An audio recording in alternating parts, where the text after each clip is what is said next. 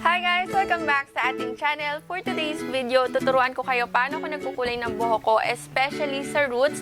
Since humaba na yung buhok ko, kitang-kita na talaga yung totoong kulay niya. As an architect, nakikipag-usap ako sa iba't ibang kliyente. Nakakahiya kapag napapatingin sila sa roots ko bago sa mukha ko. Kaya naisipan ko na rin talaga magkulay ng buhok. So DIY lang to. Pwede nyo siyang gawin sa bahay, pwede nyo siyang gawin mag-isa. Pero if hindi kayo sanay na nagkukulay ng buhok mag-isa, pwede naman kayo magpatulong sa parents nyo, sa kapatid nyo, or sa friends nyo na pwedeng tumulong sa inyo magkulay ng buhok. So, kung gusto nyo malaman paano ko kinukulayan yung buhok ko, just continue watching.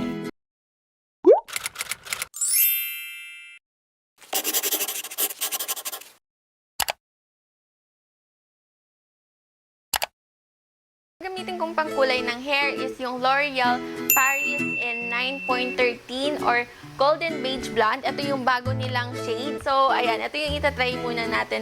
And then, at the back naman, makikita nyo itong image na to. This one, it says here na kapag medium brown yung hair nyo, magiging ganito yung shade or yung kakalabasan ng hair color nyo. Pero if you have darker hair or black hair, magiging ganito yung outcome niya. So, ito yung mga laman niya.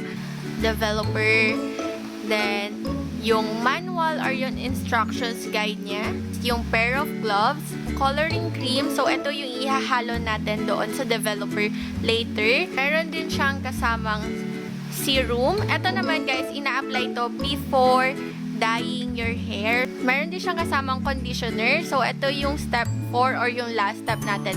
Kapag tapos na tayo mag-hair dye, ito yung gagamitin natin na conditioner. And then, meron din siyang kasama ditong parang suklay or mini comb. Actually, you can use this one na kung sanay kayo magkulay ng hair ng ganito, then gugupitin nyo lang to para ma-open siya. Pero, I think ito yung gagamitin ko. Madali siyang gamitin compared dito kasi at least masusuklay niya na rin talaga yung hair ko. So, ayan. So, yun na lahat ng laman ng mismong box. So, ito yung kulay ng hair ko ngayon. As you can see, sobrang dark niya. And then, hindi rin siya pantay-pantay ulit yung kulay kasi ako lang talaga nagkukulay ng hair ko mag-isa. Kaya, itong procedure na to or itong video na to guys, hindi na talaga siya bago sa akin kasi ginagawa ko na talaga to. Guys, if baguhan kayo sa pagkukulay ng buhok, I suggest na maghanap kayo ng tutulong sa inyo. Yung parents nyo, or yung kapatid nyo, friend nyo, na pwedeng tumulong sa inyo magkulay ng hair para at least maayos yung pagkakalagay. Pag magkukulay din kayo ng hair, lagi nyo tatandaan na dapat color black yung damit na suot nyo or pambahay. Basta kahit na anong damit na okay lang sa inyo na madumihan siya. Kasi syempre, if ganito kahaba yung hair nyo, didikit yung kulay niya dito sa damit nyo. So, sayang naman kung nakapanlakad kayo or maayos yung damit nyo tapos magkukulay kayo ng hair. So, yun. So, ang next step naman natin is i-apply na natin sa buhok natin yung pre-color serum nila, which is this one. By the way, guys, yung pag-color ng hair pala, dapat hindi basa yung buhok nyo pag magkukulay kayo ng hair. So, i-apply ko lang to sa buhok ko. And then, ito guys, hindi nyo siya babanlawan bababad nyo muna siya sa hair nyo. And then, after that, tsaka nyo na ipapahid yung pang-color ng hair. So, yan. I-apply ko lang siya all over my hair. Siguraduhin nyo lahat ng buhok nyo malagyan. Kasi ito yung magiging protective layer ng buhok nyo bago kayo mag-hair dye. This one is yung developer, and then this one is yung coloring cream. So, bubuksan lang muna natin to. After that, tsaka natin siya ilalagay doon sa developer.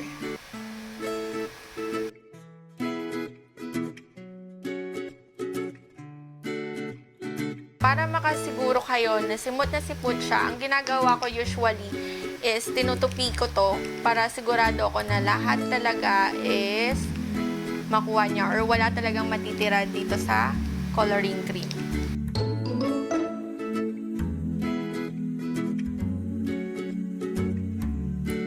Natin siya i-shake ng maingay para sure tayo na nag-mix yung coloring cream doon sa developer. Pag katulad ko kayo na sarili lang kayo nagkukulay or nagdi-DIY lang din kayo, I suggest you divide your hair into 4 parts. So, 2 on each side. So, half-half. Pero, ngayon, i-divide muna natin siya by 3 kasi sa bottom part muna tayo magpo-focus. So, 1 dito. Ito, i-clip ko na muna siya kasi hindi ko pa naman siya kukulayan. So, tatalian ko na muna to. And then, dito naman, i-divide ko siya by 2. And then, eto guys, i-clip ko na muna to. Kasi yung kabilang part na muna, para sa kabilang part na muna tayo mag-focus pag magkukulay. So, ayan. Eto na yung natira. Dito na muna tayo maglalagay ng hair dye. Siyempre, you have to wear your gloves. Ang ganda rin ng gloves nila, guys. Hindi siya yung tipong gloves na super plastic. Ito guys, hindi. And then mukha talagang makapal yung gloves niya. Since divided na yung hair natin, mas madaling mag-color ng hair. Try ko na siya i-apply. So mag-i-start ako dito sa roots. Hindi ko alam kung nakikita niyo eh. Pero, yan. I-squeeze niyo lang siya para lumabas yung mismong product. Ayan. Ang dami.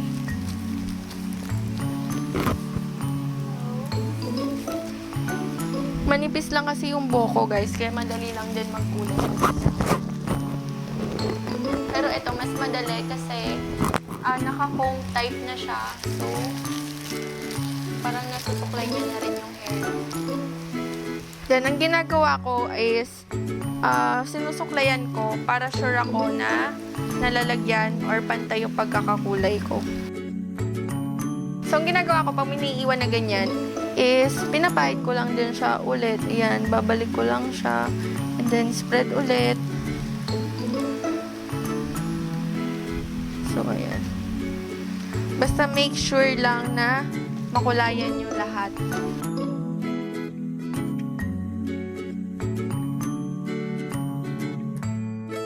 The next step naman is dito na tayo sa upper part.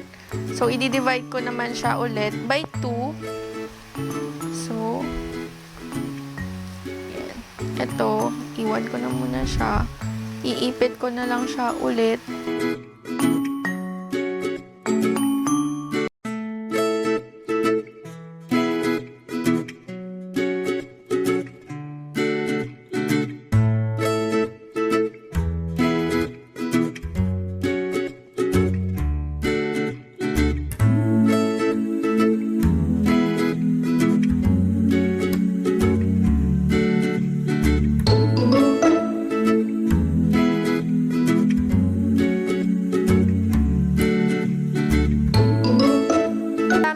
Kailangan ko siyang ubusin. Babalikan ko ulit yung dito.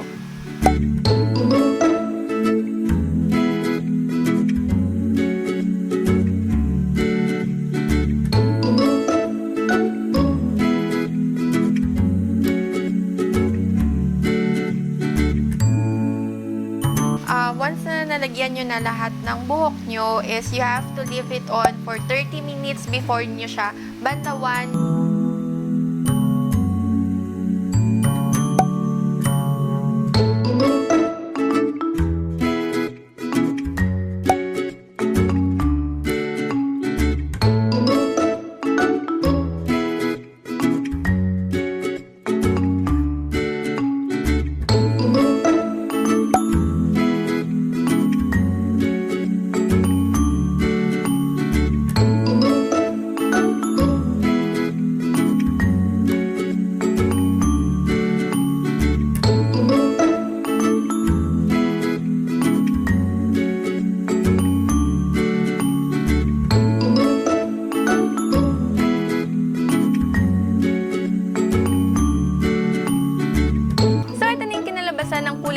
After using L'Oreal Paris 9.13 or yung Golden Beige Blonde, as you can see, hindi na siya ganon ka-plain black. Unlike before, yung talagang walang buhay. Itong color na na-achieve ko, guys, very wearable siya kahit sa school or sa work kasi hindi talaga obvious na nagpakulay kayo ng buhok. Hindi siya ganon katingkad, hindi rin siya ganon ka-dark. Ayaw ko kasi yung kulay na sobrang obvious or halatang-halata talaga na nagpakulay kayo ng buhok or yung medyo ma-orange yung tone. Ito, guys, hindi. Sobrang ganda ng tone or yung ginawa niyang kulay doon sa buhok ko. Yung tipong hindi niyo na kailangan mag-bleach ng buhok para lang lumabas yung kulay niya. Kasi minsan, guys, pag sobrang dark or black yung hair natin, hindi lumalabas yung kulay niya doon sa buhok natin. But unlike this one, kahit 30 minutes ko lang siyang binabad sa buhok ko, nakulayan niya talaga and kitang-kita niyo talaga yung tone niya. Especially dito sa roots kasi yon sobrang dark talaga ng roots ko before. Pero right now, sobrang natuwa talaga ako. Hindi ko ina-expect na makukulayan niya ng sobra-sobra yung roots ko. If baguhan kayo sa pagkukulay ng buhok guys, I suggest na magpatulong kayo sa parents nyo or sa kapatid nyo or kung sino man yung pwedeng tumulong sa inyo. Kasi minsan kapag mag-isa lang kayo nagkukulay ng buhok, hindi siya pantay-pantay. Katulad nung sa akin, hindi siya pantay-pantay kasi yun nga, hindi ko nakikita kung maayos ba yung pagkakalagay ko or kung nalalagyan ko siya lahat. And another thing is, if gusto niya talaga ma-achieve yung gusto niyong hair color, I suggest pumunta kayo sa salon and then let them do it. Kasi sila yung mas nakakaalam kung ano yung dapat gawin sa buhok nyo para ma-achieve yung gusto niyong kulay. And another thing is, pag nag-DIY hair color kayo, minsan hindi nyo na-achieve yung hair color na gusto nyong ma-achieve. Kasi depende din yan kung ano yung hair color nyo before kayong nag-hair dye. Katulad ko, ganito yung itsura ng hair dye na ginamit ko. As you can see, blondie siya. Pero ganito lang yung nangyari doon sa buhok ko. Kasi yun nga, depende talaga siya kung ano yung kulay ng buhok nyo before kayo nag-hair dye. And ang pinaka nagustuhan ko dito sa L'Oreal Paris Hair Dye is meron siyang kasamang serum na unlike any other brand, wala talaga silang kasamang serum before kayo mag-apply ng hair dye. For me, plus points talaga yon kasi tinulungan niya yung buhok ko or binigyan niya ng protective layer before ako nag-hair dye. Minsan kasi guys, pag nag-hair dye tayo is may tendency talaga na maging dry and frizzy yung buhok natin after natin magkulay. Pero this one, nung ginamit ko siya sa buhok ko, hindi naging ganun yung effect niya. And kahit nga hindi pa ako nagko-conditioner guys, sobrang lambot na nung buhok ko. As you can see, ayan o, sobrang lambot niya. And iba talaga yung nagawa niya doon sa buhok ko after ko mag-hair dye. And yung feeling nga pala nito guys, habang tumatagal siya sa buhok ko, nakakaramdam ako ng init or medyo humapdi siya sa anit. Especially dito sa lower part kasi ito yung unang nababad. Pero dito sa upper part guys, wala akong naramdaman na humapdi or uminit siya. Pero sanay naman na kasi ako sa ganong feeling since nagbe-bleach na talaga ako ng buhok. Pero if kayo, hindi kayo sanay na nakakaramdam ng ganon or natatakot kayo na makaramdam na humapde or sumakit yung anit nyo, I suggest mag-leave kayo at least 1 inch doon sa buhok nyo and then wag nyo na lang din siyang sagarin hanggang anit nyo. If ganito lang kaikli yung buhok nyo, enough na yung isang box nito. Pero if mas mahaba pa yung buhok nyo compared dito sa buhok ko, you will need 2 or 3 boxes nito para totally masakop niya yung hair nyo. So if you want to achieve a better hair every time you color, I highly recommend L'Oreal Paris to you guys. Very worth it siyang subukan, especially if baguhan kayo sa pagkukulay or never pa kayo nagkulay ng buhok. And kung gusto nyo mapalighten up talaga yung kulay ng roots nyo, yung tipong hindi nyo na kailangan mag-bleach and 30 minutes lang yung aantayin nyo, I can highly recommend this one to you. By the way, this is available sa Shopee, Lazada, and all leading drugstores and department stores nationwide. And this is only 399 pesos. So, ganun lang kadali magkulay ng buhok. And by the way, ang dami din kasi sa inyo nagtatanong regarding dun sa hair care routine ko. Actually, may na-upload na ako before.